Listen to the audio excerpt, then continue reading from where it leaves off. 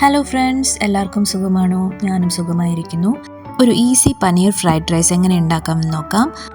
ഒരു വലിയ ക്യാരറ്റ് എടുത്ത് ചെറിയ പീസസ് ആക്കി കട്ട് ചെയ്യാം. ഒരു ക്യാപ്സിക്കം, ക്യാബേജിൻ്റെ ഹാഫ് പീസ്, പിന്നെ കുറച്ച് മല്ലിയില കൂടി കട്ട് ചെയ്തെടുക്കാം.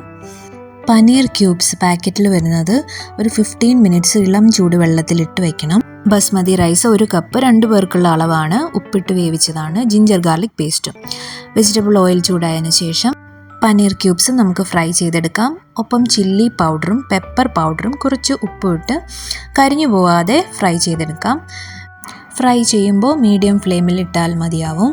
ഫ്രൈ ചെയ്ത പനീരെല്ലാം മറ്റൊരു പ്ലേറ്റിലേക്ക് മാറ്റിയതിന് ശേഷം വീണ്ടും കുറച്ച് ഓയിൽ ഒഴിക്കാം. ജിഞ്ചർ ഗാർലിക് പേസ്റ്റും സവാളയും ഇട്ട് അത്യാവശ്യം നന്നായിട്ട് സോട്ട് ചെയ്തെടുക്കാം.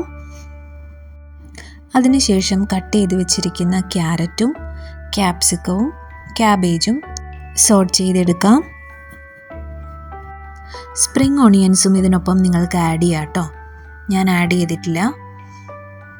കുറച്ച് പെപ്പർ പൗഡർ കൂടി ഇട്ട് നമുക്ക് സോട്ട് ചെയ്തെടുക്കാം. അതിനുശേഷം വേവിച്ച ചോറ് ഇതിലേക്ക് ആഡ് ചെയ്യാം. നന്നായിട്ട് മിക്സ് ചെയ്തെടുക്കാം.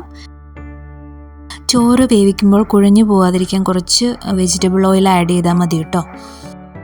അതിനുശേഷം ഫ്രൈ ചെയ്ത് വെച്ചിരിക്കുന്ന പനീർ നമുക്ക് ആഡ് ചെയ്യാം. ഇതിൽ ലോ ഫ്ലെയിമിലിട്ട് നമുക്ക് ഇതെല്ലാം ഒന്ന് നന്നായി മിക്സ് ചെയ്തെടുക്കാം.